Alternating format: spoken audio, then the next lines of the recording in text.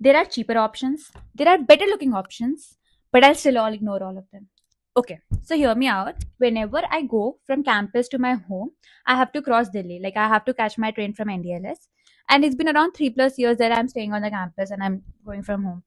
So every single time when I go from home, I always go to NDLS, I'll go to Haldiram, have my food, and then I'll just catch the train. And I don't give a single thought before going there. Not because it's cheap. It is expensive. I mean, I could have found like a cheaper option on a street food or something. And it's just not about also the taste. You could find a good taste at reasonable price there also.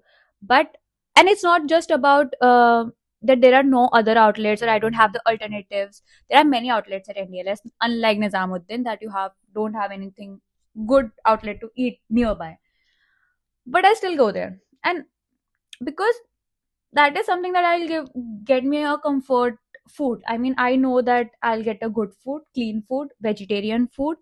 And I mean, it's just a comfortable place, and it's just not like that it is very much, aesthetically pleasing.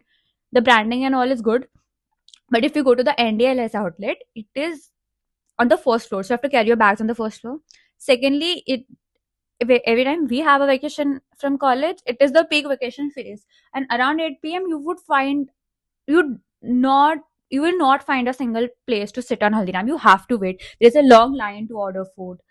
But again, that's what that is something that I pick first in my mind. I That is something that in the crowded railway station to catch a train and hurry, that is something that makes me comfortable. And that's when I realized that in marketing, this is called brand salience. Because you don't have to be best option on the paper, but you have to be that option that comes into people's mind whenever they are in a situation like that to choose. And at the exact moment of choosing, if your brand comes to your mind, that is called the brand salience that you have built across the customers.